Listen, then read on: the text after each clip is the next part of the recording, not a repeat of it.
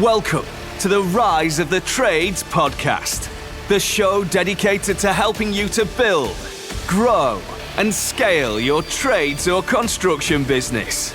All rise for your host, Craig Wilkinson. Welcome to this week's coaching episode of the Rise of the Trades podcast, where we help trades and construction business owners to skyrocket leads, explode net profits without having to graft 60 hours a week and becoming that busy fool. In this episode, I'm going to be teaching you 10 productivity and time management tips to save you 25 hours a week. Now, what would you do with your time if I saved you a bare minimum of 25 hours a week? Well, on our recent accountability session with Inner Circle member Lee Anderton from LA Projects, I asked Lee what positive impact my coaching on time management had made to him and his business. And here's what he said. This time last year, I was probably working 80 hours a week easy. And I think from my post, I've been working like 25, 30 maximum last couple of weeks. Since I've started doing the time management thing, literally not getting any calls outside work. I'm not getting bothered. No one's complaining. Everything's just running really smoothly at the minute. To be honest, mate, I've probably got too much time on my hands, if I'm honest with you. So diary now, mate, is just amazing. Like, I can't believe how much it's changed my life. I'm getting a little bit bored. Now, if you want to go from working 80 hours a week down to 30, and in Lee's own words, become bored because he's now got too much time on his hands, I've got some exciting news for you.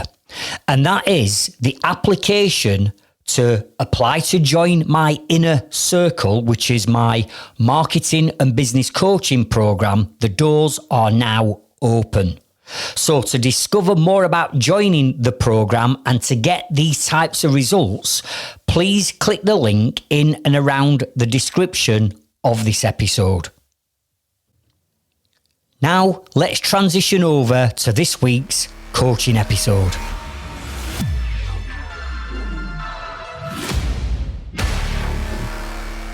Running your own business can sometimes feel like the toughest job in the world.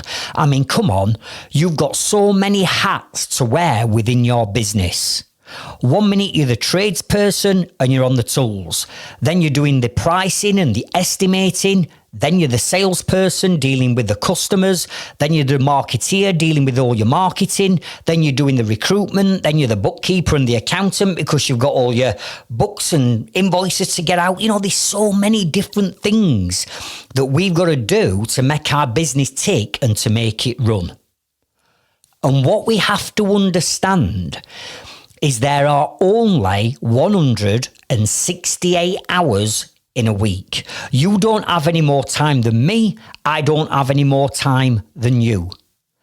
So how can it be that people like Lee, that I've just introduced you to, and myself run multiple businesses and have still got time left at the end of the week to do what we want to do and where we want to spend that time?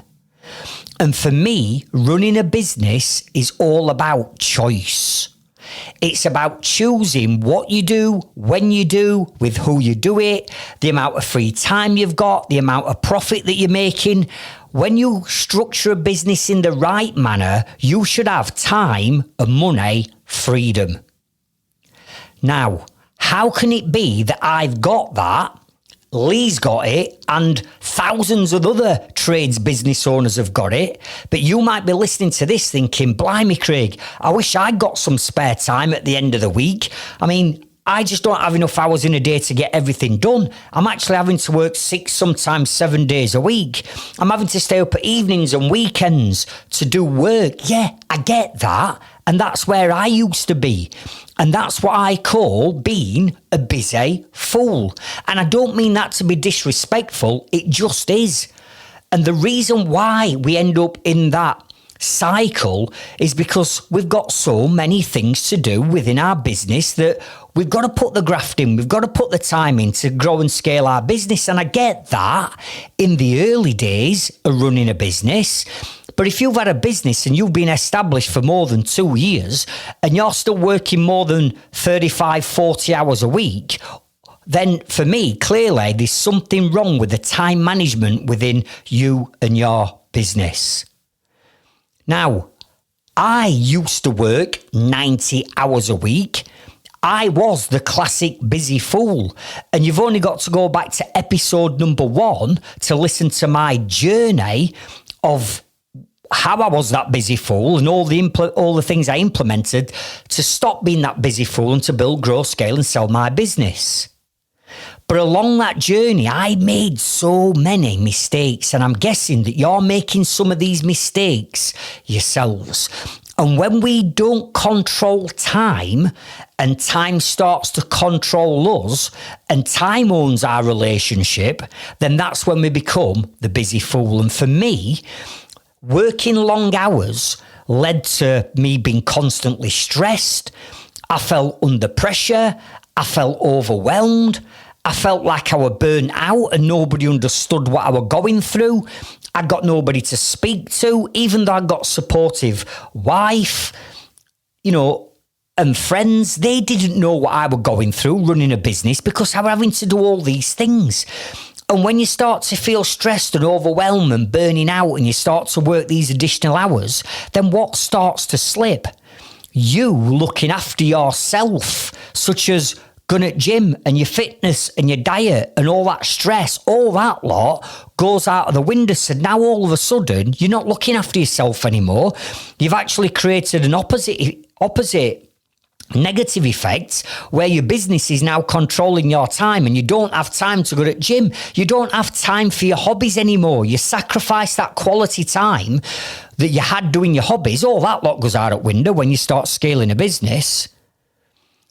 And when time starts to control your relationships, it starts to control your relationships at home with your wife or your husband or your partners. And arguments start to creep in because you're not spending enough quality time with your loved ones. You get home from work some nights and your kids are already in bed. They've gone to bed because it's 8, 9 o'clock at night by the time you walk in and you don't see your kids. Or you sat on your laptop at evenings doing your quotes and your pricing and your invoicing and your books and your accounts and your paperwork, and your kids come up to you and go, "Mummy, Daddy, I'm going to bed." And you go, yeah, I'll be up in a minute. I'll come and read you a story and I'll give you a kiss goodnight. And then 3 hours later, you lift your head up and it's 11 o'clock at night and your kids are in bed and you've not gone even up to see them and give them a kiss goodnight. You don't even have time to go to do the school runs in the morning. Or you don't have time to go to their Christmas nativity play because you're busy, because time is controlling you. Now, I used to be that person. But I started to understand the value of time management, becoming more productive and more efficient. And what did I need to do to unpick all those bad habits that I'd created that had led me down that busy fool path? And what I'm going to share with you in today's episode is just one of probably 20 different time management strategies that I can share with you that will help you to take back control of your time.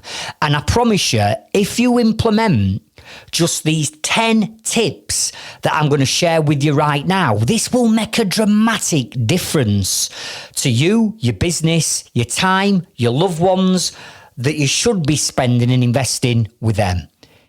And these are the type of strategies that I share on my inner circle with people like Lee. And when you go away and take action, get off your backsides and implement them, then the results start to come.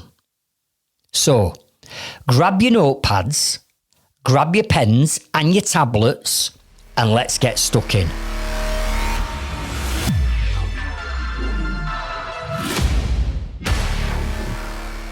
So the first thing I want you to think about is a bank of time. So just like you put money in a bank, you cannot let your bank balance go overdrawn, because when you go overdrawn at the bank, you're in trouble. In actual fact, what needs to happen at a bank is you put money in and the money grows, and you've always got surplus or more money in the bank than you actually need. And I want you to start to think of time being exactly the same. In the fact that you wake up on a Monday morning and you've got 168 hours in your time bank, right? And throughout that day, throughout that week, you are going to take time out of your time bank, and other things are going to want to steal time out of your time bank. And the idea is you cannot get to the end of the week and have run out of time. You can't get to the end of every week and still have a to-do list as long as you're on, because that means you've gone overdrawn at your time bank. And when we go overdrawn at the time bank, we're going to roll that deficit on to the following week. So we're starting the following week off already overdrawn. And because we're not managing our time correctly, we get to the end of that week and now we're even a bit more overdrawn. Are you with me? So you've got to treat time like you treat your money. You put it in your bank, and your time bank should get to the end of every week. And at the end of every week, you should still have time spare in your time bank. Now, sadly, as business owners, because we're wearing that many different hats, most of us don't have any time left at the end of every week. So what I'm going to share with you now are 2 time robbers that are going to put their masks on, sneak past you and go and rob some of that time out of your time bank. And we've got to stop these time robbers from stealing our time. So let me explain to you what these 2 time robbers are. Number 1, I want you to write down time drains. Time drains. And what I mean by a time drain is this is a task that you are undertaking that is robbing your time, when in actual fact that task could be done by somebody else. And these tasks are what I call a time drain, because they're draining down your time, yet somebody else could be doing that for you to free up your time. So time robber number 1 is a time drain. Time robber number 2 is what I call time bandits. Write it down, time bandits. And what I mean by a time bandit is a person, it's people that are nipping in to steal your time and to try and rob your time bank dry. So what we need to do is we need to identify the time drains, the tasks that are draining your time. And if we can delegate those tasks to somebody else, it's going to free up a whole shitload of time for you. And we also need to identify the people that are wanting to steal your time. And we need to stop them and prevent them from stealing our time by saying, no, enough's enough, right? You're not stealing any more of my time. My time's too valuable to be giving away to you for stupid questions or unnecessary meetings or conversations and phone calls that don't need to happen. You can work that out. We've got to put a stop to all that. Because when you add up the amount of time that you are spending doing tasks in your business and the amount of time that you are dealing with people in your business, that accumulates to a boatload of time. And this time has got to be protected.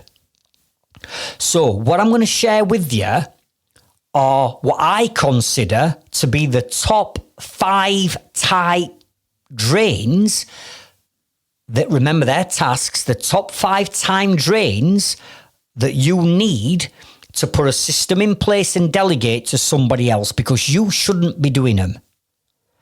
And then what I'm going to do is I'm going to share with you 5 people, time bandits, that are trying to steal your time every single day, and you've got to put a stop to that. So we're going to look at 5 time drains, and we're going to look at 5 time bandits. And your job is to get rid of these 10 things. And if you get rid of these 10, I guarantee this alone will free up days and days of your time every week.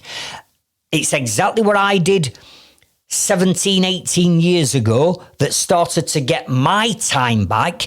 It's the exact same strategy that I've taught to Lee and my inner circle members that starts to get their time back. All you need to do is put a plan in place of how you're going to eradicate these time drains and time bandits. So let's start off with the first 5 time drains. Tasks that you will be doing in your business that you've got to free up and offload and delegate to somebody else. Now, before I share these 5 with you, I totally understand and appreciate that you might be the only one in your business. Therefore, you are doing all of these now. There's only you that can possibly do it. But let me tell you now, if you try and scale your business and you are still doing any of these 5 things yourselves, you will 100% become a busy fool. Because if it's just you now, as an example, and you're already busy with just you doing these 5 time drains, imagine what's going to happen when you take another 1, 2, 3, 4 members of staff on. Imagine what's going to happen when you take an extra 3, 4, 5 jobs on. You're going to be doing this 5 times over and you're already struggling trying to keep up just doing it for yourself. So you've got to make sure that you start working on getting rid of these 5. Let's start off in no particular order. They're all mega important, but in no particular order. Time drain number 1, emails. Emails. Let me tell you now, emails are the devil. They will sap so much of your time having to deal with emails. I must be the only business owner that you will ever come across that doesn't have a personal email address. Let me say it again. I don't have an email address. You will never be able to get hold of me by email because emails are the devil because they take so much time. And what I mean by that is, you're sending emails, you're receiving emails backwards and forwards with customers and all this type of stuff. Well, let me tell you now, as you start to scale your business, as the managing director of your limited company, let's say, you shouldn't be dealing with your own emails. We can outsource this. We can bring staff in. We can bring a virtual PA in to deal with all that emails. And I know what you're going to say, because I said it 17 years ago. When I was doing all my own emails. And that is no, Craig, there's only me in my business that knows how things work. There's only me that can respond to emails. There's only me that's got that relationship with that customer. Rubbish. You are not the only director of a company that deals with their own emails.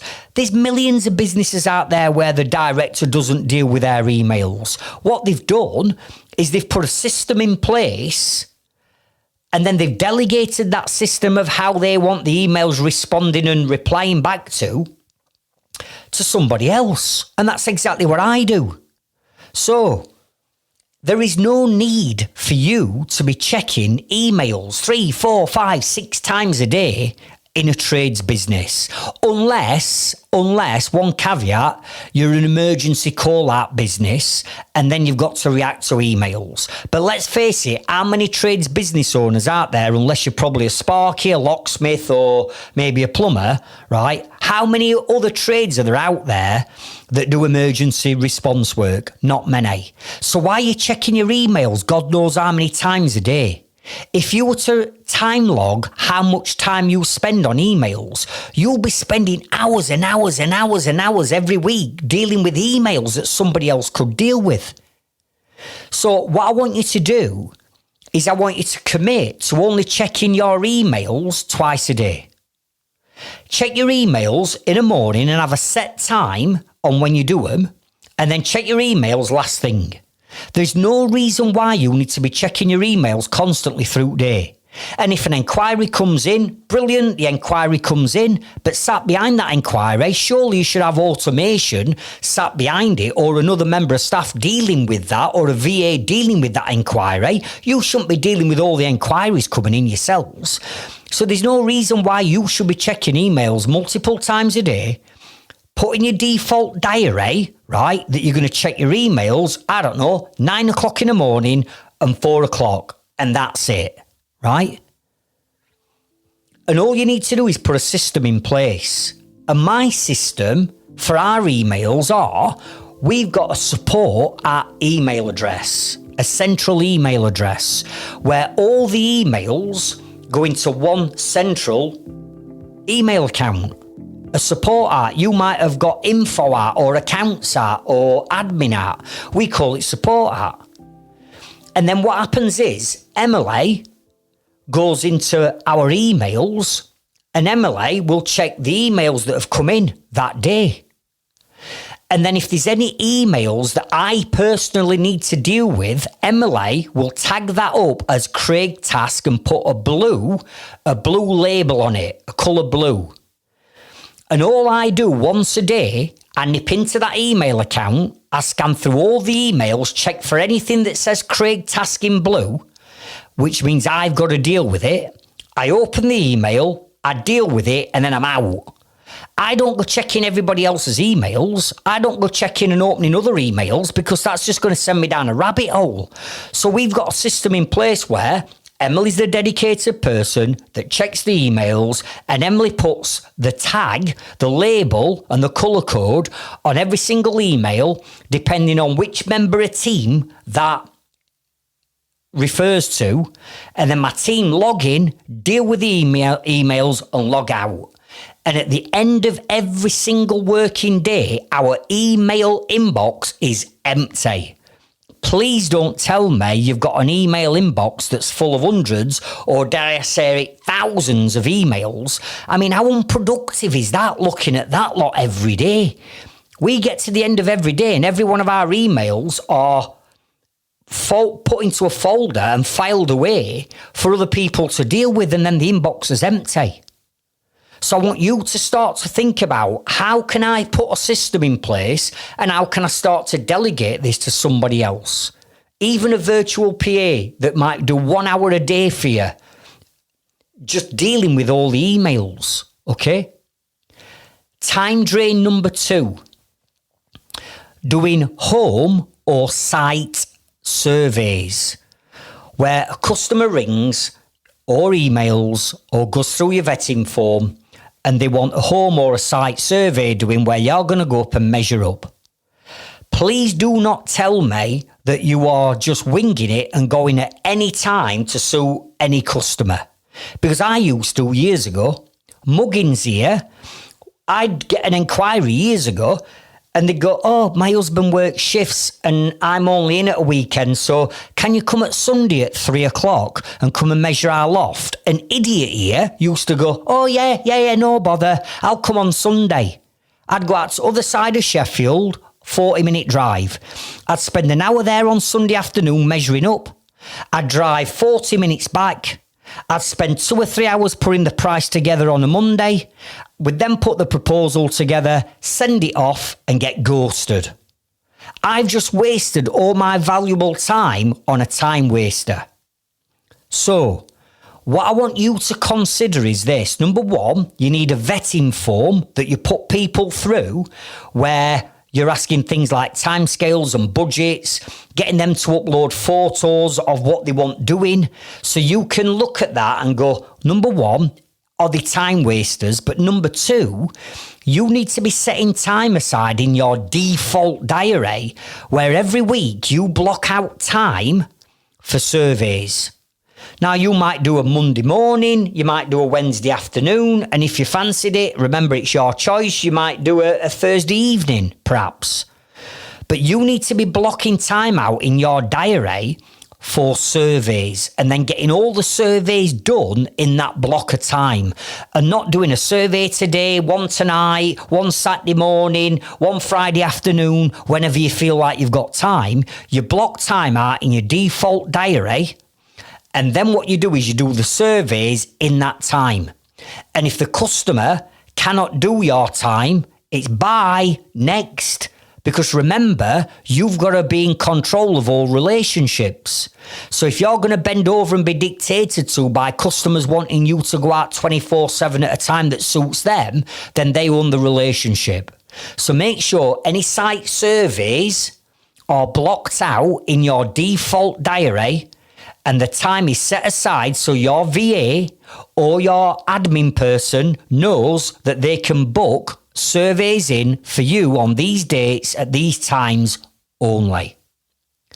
Time drain number 3. And that's all the pricing, doing all the proposals, doing your invoicing, doing all your paperwork. Again, all this lot needs systemizing, whereby you can create a proposal or a price within minutes or within 15, 20 minutes, half an hour. All that needs automating and systemizing. It all needs tying into your QuickBooks or your Xero, so it's automatically doing all your invoicing and your bank reconciliation and your profit and loss for you. In other words, admin and paperwork. You should not be the person that's doing all the surveys, all the pricing, doing all your quotes. You need to delegate that to somebody else. Remember, the busier you get, the more jobs you've got to look at, the more jobs you've got to price. You'll end up being a full-time admin person at this rate. So you've got to start to look at putting a system in place where you can start to delegate the pricing of the jobs. And I know what you're going to say, because I said it years ago. I said, impossible. Nobody can price a job because I'm the joiner. I'm the one with 20 odd years experience on tools back then. I'm the one that's going to go out and do the survey. I'm the only person that's been out and looked at the job. So how can I get somebody else to price it? Well, are you the only owner of a trades business where the director or the owner has to go and price and look at every job? No, you're not. Because there are other companies out there that have got people that will go out and do a survey. They'll come back and put the price together for them. They'll be the ones that pass it on to the admin person, and then the admin person creates the proposal or the quote and sends it out and follows it up. All you need are systems to allow you to do that. And then once you've got the systems in place, we can delegate the running of those systems and how you price jobs and how your proposals come together. All that lot can be delegated to somebody else. Time drain number 4. Social media. Listen, we all know how important it is to create marketing content on social media. And it's something that I live by, and I teach all my Inner Circle members how to market the businesses the correct way. And the quickest, easiest, most cost-effective way to get attraction strategy and awareness strategy is social media. Now, I understand you've got to use it, but come on. How many of you are wasting valuable time getting drawn into TikTok, drawn into Facebook Reels? And then before you know it, you've clicked a link and you've ended up on YouTube, and 20 minutes later, you've sat watching a YouTube video that you never expected to watch, right? So social media is going to massively drain your time. I'm all for you creating quality content and sharing your content. But what, wasting hours a night watching TikTok when you could be doing something else with your time that's going to benefit you better? Come on, that's just a massive time drain. So why don't you think or consider, if that's you, putting blockers on your social media? There are apps that you can download where you set a time and it blocks you out and won't let you open your social media platforms. Facebook, Instagram, TikTok, LinkedIn, X, Threads, whatever you're using. It blocks you from using it between certain times. And then reclaim that time back and use that valuable time on something that's more important than you watching somebody on TikTok do something that you've seen a million times before. So think about getting a social media blocker on your social media channels. And time drain number 5 is dealing with phone calls, WhatsApp messages, and text messages from everybody, from your customers to your team to your family. You know, again, you should not be answering your own phone. If you're still answering your phone, and I'm coming back to, I understand if you're the only person in your business right now and you're a youngish business and you haven't got the funds or the budget to go and get a VA just yet, you're going to have to answer your own phone. I get that. But surely all of these 5 that I'm mentioning now, if you've got a business that's older than 2 years established, all this lot you should have delegated by now. You should have. So answering the phone, dealing with text messages, sending WhatsApp messages backwards and forwards, all that communication should be done and can be done by somebody else. So all you need to do again is put systems in place. So for the phone calls, write a script. So when you want the phone answering and you want it answering a certain way, how do you want it answering so it's consistent? If it's an inquiry coming in over the phone, right, what vetting questions does that VA or that admin person need to ask to determine whether they are a time waster? And if they are not a time waster and they tick all the right boxes, they then go over to your default diary where you've got your home and site surveys booked in at certain dates and certain times, and they book that surveying, which then triggers automated emails and text messages and reminders that you're coming to that customer. Are you with me? All this can be dealt with. But in my opinion, if you are still dealing with your own emails, if you're still putting site or home visits in willy-nilly, if you're still doing all your own paperwork, pricing, proposals, quotes, invoicing, if you're still wasting time on social media, if you're still answering the phone and dealing with texts and WhatsApps and you've been established for more than 2 years, I would question what's going off. Because while ever you continue to do these time drains, don't forget what I've already said, the busier you get, the more jobs you take on, the more staff you've got coming in, the more you become a glorified admin person, which means the more chance you've got staying up during week till midnight, ignoring your kids, ignoring your family. Why? Because you're knee-deep shit in paperwork, in admin. You've got to consider offloading this to somebody else. Now, these time drains alone are going to take a little bit of time to sort out. But if you said to yourself, do you know what, Craig? You're right. And I'm going to go for delegating these 5 time drains over the next 3 months. I've got 12 weeks. Or you might say, 3 months is too quick for me, Craig. I'm going to need a bit longer. All right, 6 months. But come on, within 6 months, you should have been able to delegate all that to someone else. And that alone will free up hours and hours, if not days and days and days and days of your time that you are now taking control back of. Hence the reason why no more late nights, quoting. No more weekends having to work, catching up with paperwork, doing social media. All that lot is delegated to somebody else. So, 5 time drains. Let's get them ticked off. Let's get them nailed.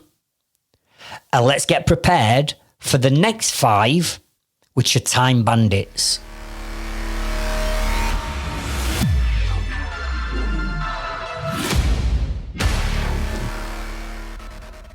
Time bandits. So these aren't tasks. These are people.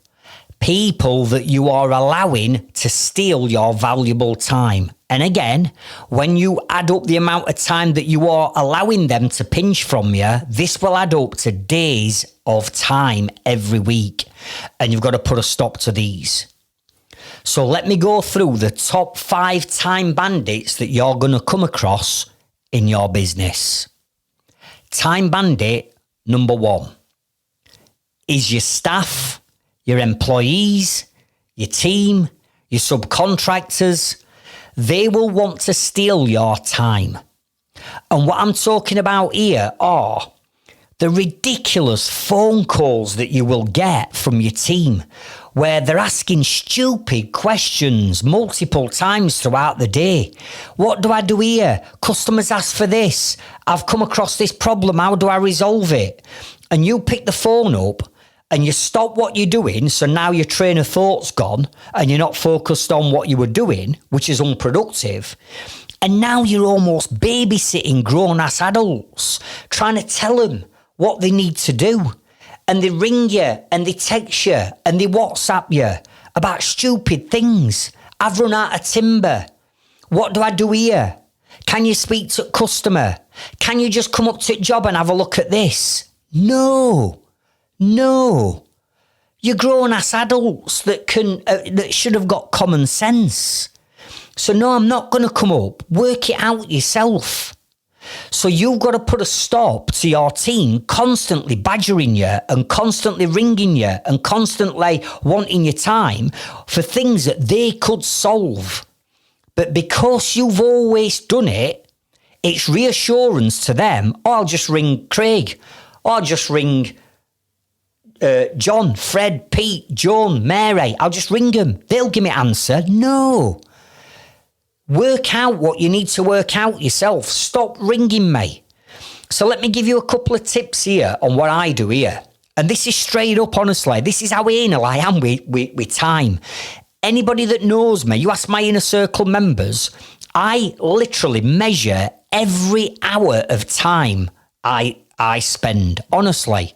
Because I want to make sure that I get to the end of that week and I've got enough time to run my 4 businesses. I've got enough time to do all my hobbies and my gym and my personal development, and I've got enough time for my family, and I've still got time spare. So here's what I do. On my office door, if I don't want disturbing, you know, like when you go to a hotel and you can put do not disturb on for maid in the morning, I have one of them, and I put that on my door.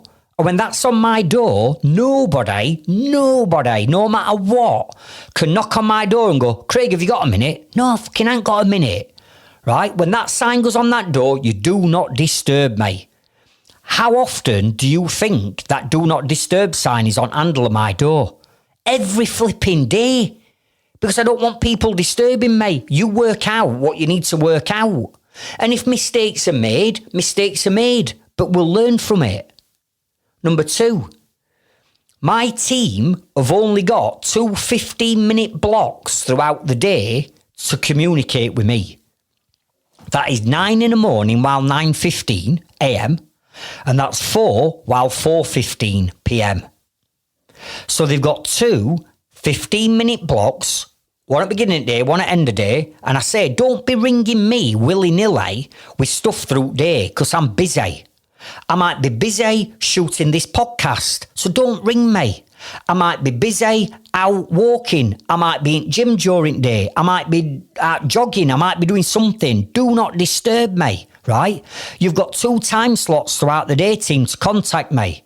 But you can only contact me between 2 15-minute blocks and only contact me if it's urgent and important. If it's something that you can sort out between you, sort it out. And I am, as a boss, I'm a risk taker. So I support risk taking, which means my team know that if they make a decision and the decision's not quite right, or it costs us a bit of time and money, I support that. I support risk taking, because if I had to micromanage every one of them, I'd have no time. So yeah, they might make the odd small mistake or do something that I probably wouldn't have done, but I don't beat them up about it, because the minute I start beating them up, they're going to be on the phone every 5 minutes then wanting me to make decisions. Are you with me? So why don't you try that? You've got 2 15-minute blocks. Nothing else should be that urgent or important that you can't sort out throughout a day. Time bandit number 2. Your existing customers or clients. You see, If you do not own the relationship, which I constantly talk about, you've got to own the relationship with your staff, your subbies, your employees. You've also got to own the relationship with your customers and your clients. Because if they think that you're going to jump every time they send you an email, text message or phone call, and you're jumping and you're doing things when they want it doing, you're not in control of your time, are you? They're in control of it. So your customers and clients, years ago, my phone would ring at 9 o'clock at night and it'd be Mrs. Jones, and I'd be like, oh no, what's up now? And I'd be like, do I answer it? Don't I answer it? It's bad customer service if I don't answer it. So I'd answer it and it'd be Mrs. Jones. And it'd be something like this. Craig, I've got home from work and this plug socket is 2 inches too far to the left. I want it moving. And I'd be like, yeah, Mrs. Jones, we'll be there at 7:30, 8 o'clock in the morning. We'll move it for you, no problem. Oh, okay then. And then I'd get phone calls over at weekend.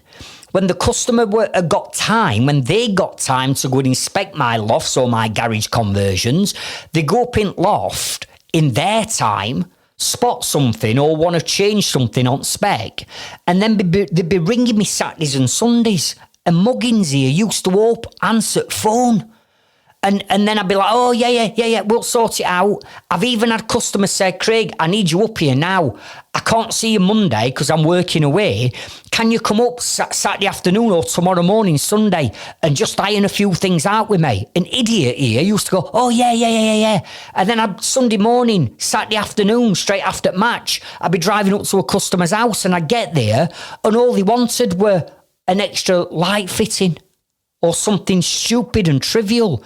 But my customers used to ring me at all times, email me at all times, expecting me to jump just because they're paying me. No.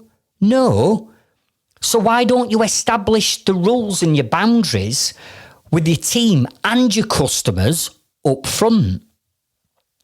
So what I want you to do is, when you start a job, educate your customers on things such as, look, Mrs. Jones, just to make you aware and let you know that our working hours are 8 while 5 or whatever yours are, Monday to Friday.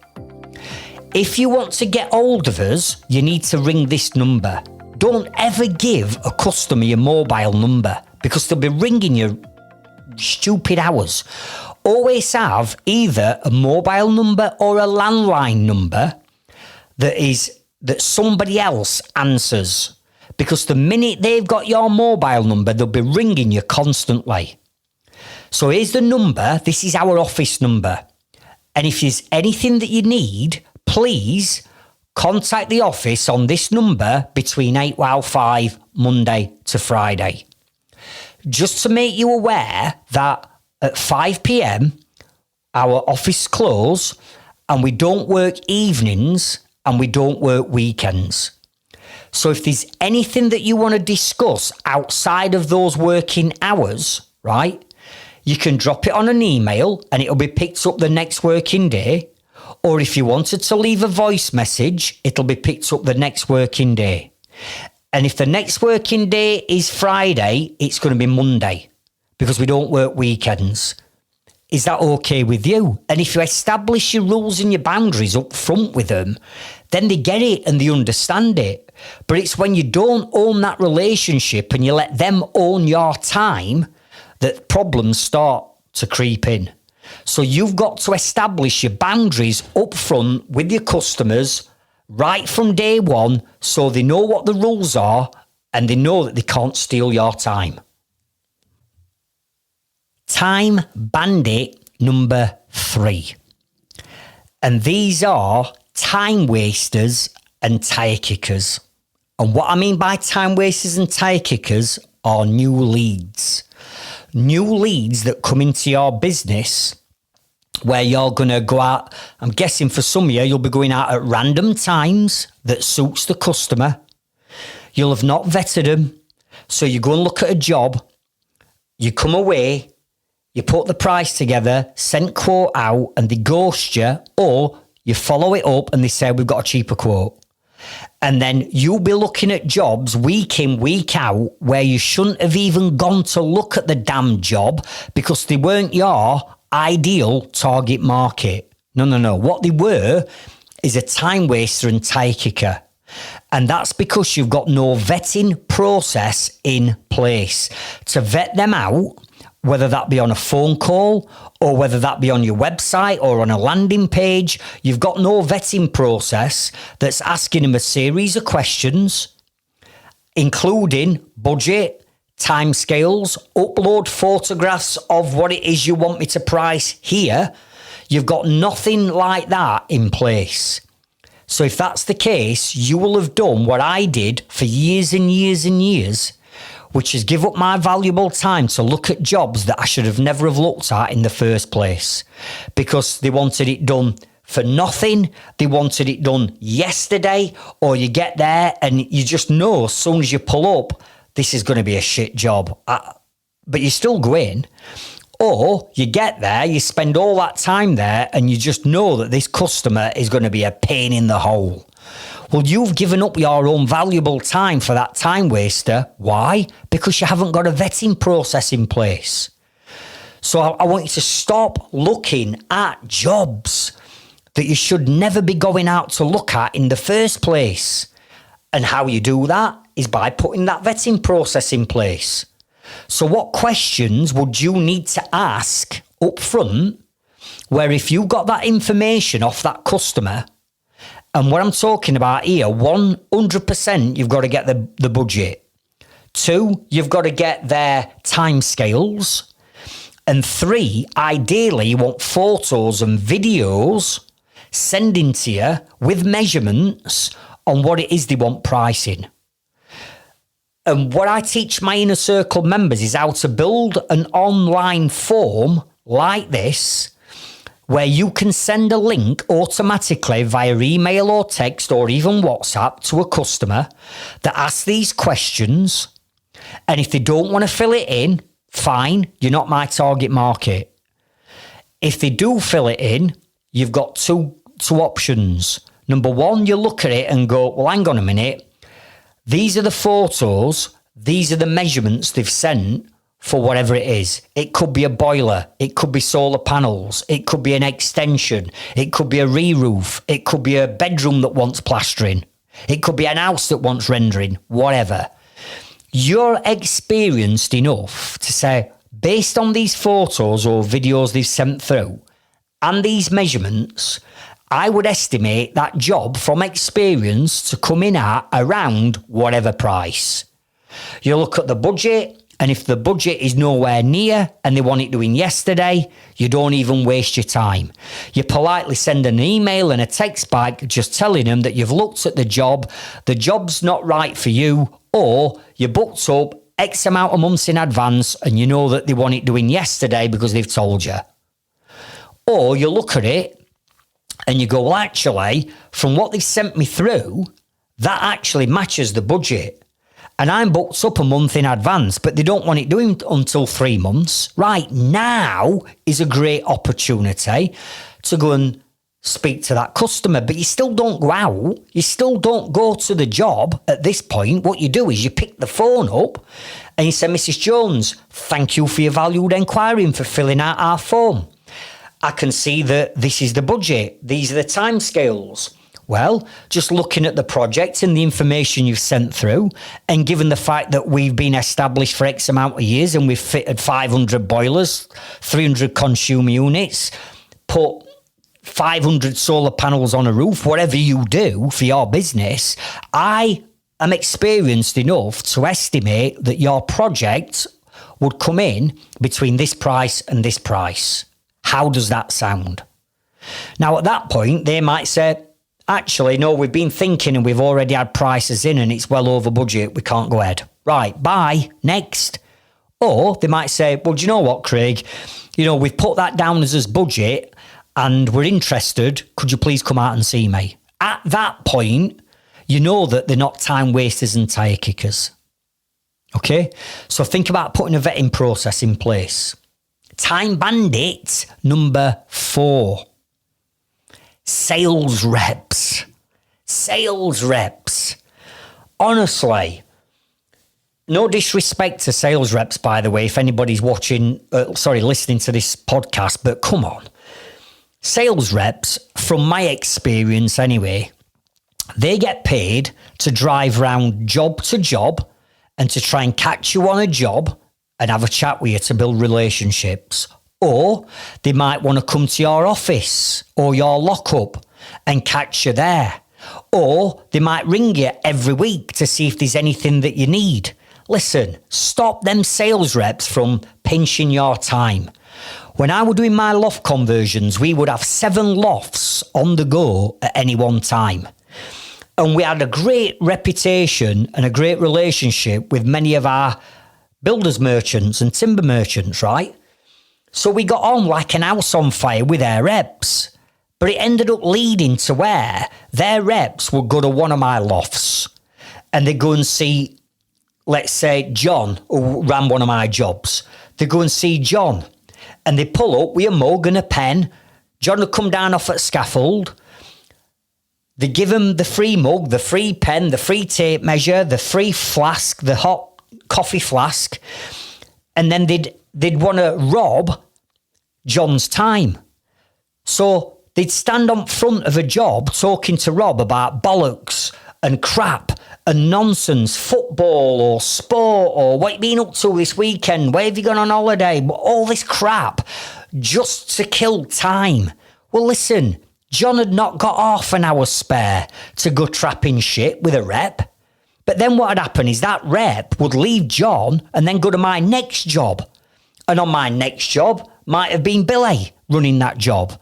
And then the same conversations and the same freebies would be pulled out on Billy. So one of their sales reps could spend a full day of their time going around all my 7 jobs, wasting 4 or 5 hours of my team's time. Then what they'd do is they'd just knock on my door. Somebody would come and knock on my door in office and it'd be whoever. And they'd walk in and go, oh, Craig, have you got a minute? We've got these great deals on. The muggins here. You say, oh, yeah, sit down. They've already wasted 5 hours of my team's time on, visiting jobs. Now they're here to waste my time and I used to let them do it. No, all that has got to stop. So I stopped sales reps from going to any of my jobs. If we want anything, we'll contact you. I said to all my suppliers, do not send any more reps to my office. If I need anything, I'll contact you, right? And we stopped the sales reps from coming out. Also, you've got to think about, and you'll have done this, you'll have gone into your merchants in the morning or your wholesalers and coffee machines there. So you'll make yourself a coffee and then rep will come or person that you deal with and then you'll do the same. You'll stand there for 20 minutes talking while you have a coffee. I mean, you've just wasted 20 minutes, half an hour. Do you know the value of cost that is to your business? Because it's not your hourly rate, it's all your overheads. You will have wasted hundreds and hundreds of pounds talking for half an hour every time you go into wholesalers or a merchants. And if you did it and you've got a team, you know that your team are tossing it off for half an hour every time they go and pick something up. That is costing your business hundreds of pounds a day. It's got to stop. So ban sales reps. Time bandit number 5. And as much as it pains me to say this, and it really does, but they are time bandits, or they can be, and that is your family and your friends. And it pains me to say it, but it is. Because your family will, and of course you love your family, you want them to contact you, you want your kids to ring you and all that, I get that. But I'd have my family ringing me for things like, what do you want for tea?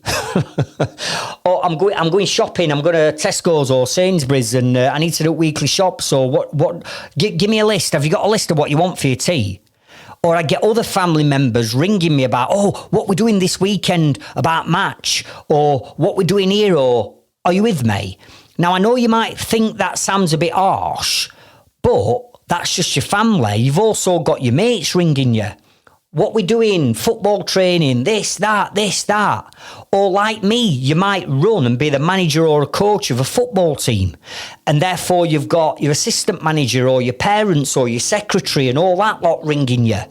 When you let your family and friends zap your time, you'll be surprised about how much time you're wasting each week on things that you don't need to speak to them. You can send an audio message. So what I'm big on when I communicate is WhatsApp. I don't have emails, I've already said. Nobody ever rings me. And if you were to ring me and you did have my mobile number, you will get the standard voicemail. I'm unavailable, I'm coaching, and I'm busy. Please only leave me an audio message if it's life-threatening, urgent, and mega important and nobody else can solve it. Guess what? Nobody ever leaves me a voicemail message. What I do is I communicate through WhatsApp. And I don't sit there typing out all the time. I literally go to WhatsApp, press audio record button. I record an audio.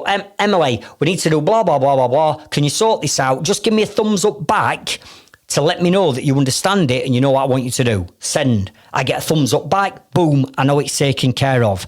It takes me 10 seconds. I don't write long-winded emails, long-winded texts. I don't make phone calls. I send audio messages all the time because it's quicker than making phone calls.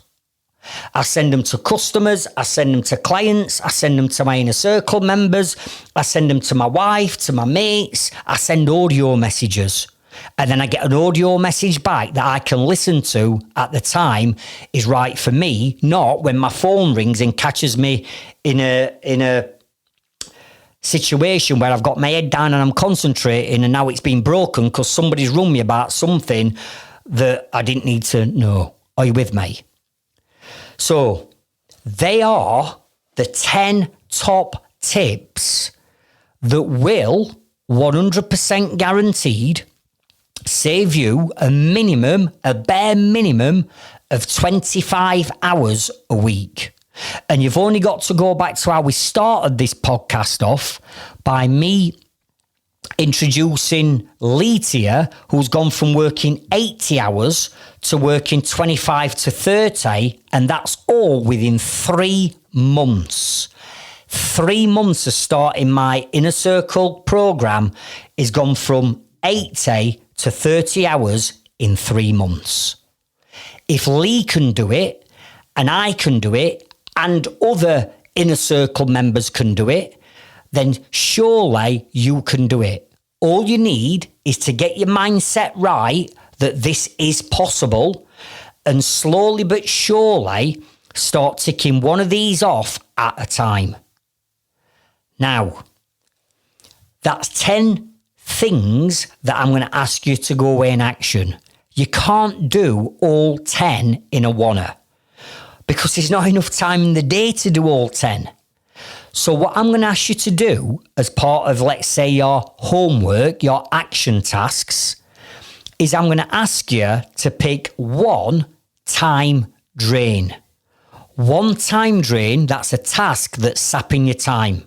Whether that's emails, home or site surveys, paperwork and admin, social media, phone calls, text, emails, whatever, you're going to pick one of them and you're going to make a start immediately on putting a system in place. And then when the system's in place, you're going to look to find someone to delegate that system and that task to. So you're going to choose one from your time drains. And then I'm going to ask you to choose one of your time bandits, whether that's your staff, your customers, time wasters, sales reps, family and friends, and you're going to put a stop to that in a polite and respectful way.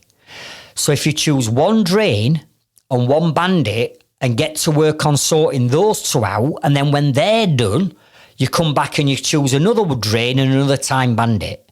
And I guarantee that within 3 months, as Lee's done, or you might say, well, let's give it 6 months, Craig. All right, give it 6 months. But in 6 months' time, if you could delegate all this lot and free up a minimum of 25 hours a week, what would you spend that time doing? Now, throughout this episode, you'll have heard me talk about default diaries. Default diary is another strategy that we use for time management. And default diaries are incredibly important to every single one of you. And a default diary is where you're going to block out time in your online calendar, whether it's Google, Outlook, Apple, whatever you're using. You block out time for all the default tasks or things that you need to do in your business. That's things that you do every day, every week, every month, every quarter, every 6 months, every year. And you go and block that time out 12 months in advance, so the time is already in your diary. Now, I've already got a very popular episode called How to Create a Default Diary and Get Super Organised and Become More Productive. So what I'm going to suggest you do is at the very end of this episode, I'm going to encourage you to go and listen to episode number 4, which is all around them default diaries.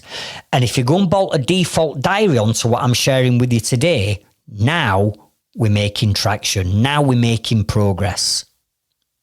Likewise, you've heard me talking about owning relationships, something that I'm massive on. And you've also heard me speaking about setting your boundaries with your team and your customers. So again, I've got another popular episode, which is episode number 8, where on episode number 8, it's called Setting Your Boundaries and Your Rules with Your Customers and Your Employees. And I want you to go and listen to that as well. Because again, when you start bolting on setting your boundaries, it's like putting all this lot on steroids. Now, I'm going to leave you with Pete Lydon. And Pete has just completed my Inner Circle marketing and coaching program. Pete's got a couple of businesses. One of them is the director of the Good Plastering Company. And I want you to listen to what Pete's saying around time management. Because what we have to understand is time is more valuable than money. Most people will say, no, it's not, Craig. Money drives the world. Money's everything. No, it's not. Time is everything. You see, I can never get you and create you more time. You've only got 168 hours in a week. Nobody can create more time. But you give me your time back. Let me get your time back for you and get some of them hours back for you, like I've just shared with you in this episode. And then together we can make more money. So time is the most valuable thing. And I want you to listen to Pete's results over this last 12 months and what he's achieved in his business by being on my Inner Circle. So I joined the Inner Circle about 12 months ago because I was fed up working 70 hours a week. The daily grind was starting to get to me. I had no structure to my business. I'd heard about Craig Wilkinson and the Inner Circle. I thought, had a chat with him and I thought this is definitely for me. The Inner Circle's enabled me to grow my business by over 400% since I started 12 months ago, which is phenomenal. It's meant I've got my time back with my family. I can start doing the things I enjoy without feeling any worry or guilt. I've also managed to systemize my business and pretty much automate it so I can go on holiday and I don't need to be hassled by anyone. Obviously, before this was just something I could never do. I would never been able to even have a day off without getting pestered by my guys. So doing the Inner Circle has helped really transform my business and make it a more systemized, automated machine, which is fantastic. One of the biggest changes to my life is my mindset for just my physical health. I've started on a personal training course. My time management skills are just been cranked up about 4 or 5 levels. It's enabled me to get time back with my loved ones, my family. I managed to do a lot more school runs with my kids now. Overall, everyone's just happy because I'm around more and I'm not working myself into an early grave, which I thought I would be doing for a long time. If anyone else out there is thinking to really sort of supercharge their business and take it to the next level, then I can't recommend Craig Wilkinson and the Inner Circle enough. So if you want the same types of results as Pete in your business, I would ask you to consider clicking the link within the description of this episode and going and checking out and possibly applying for my inner circle. And I look forward to helping you to grow and scale your business. So thanks for joining me on this episode, and I'll see you and catch up with you next week. Thank you.